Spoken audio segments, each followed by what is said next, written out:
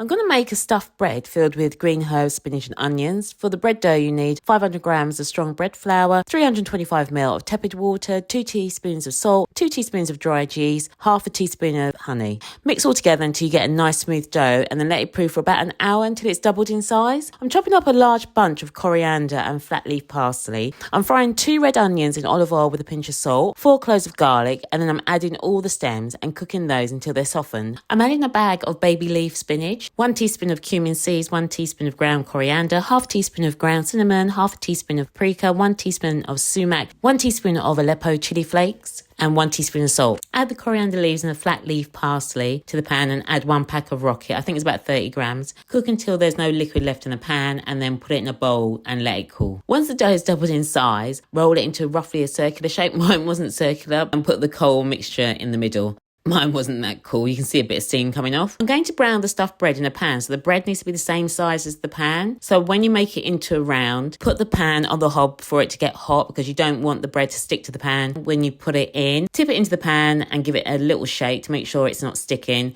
and then put it on the hob, let it brown and cook this for about 3 to 4 minutes. And then using the chopping board, tip it over and then put it back in the pan for it to brown on the other side. Brush with some extra virgin olive oil, some salt and a splash of water. Brown this side for another 3 to 4 minutes. Tip it back onto its right side, brush with some more extra virgin olive oil and salt, and put it in the oven for another 10 minutes to make sure the bread is cooked all the way through. We're having this with a hearty soup. It's black beans and kale and chorizo, so I thought it would go really nicely with it. I was really happy with the way it turned out. The top and base were really crisp.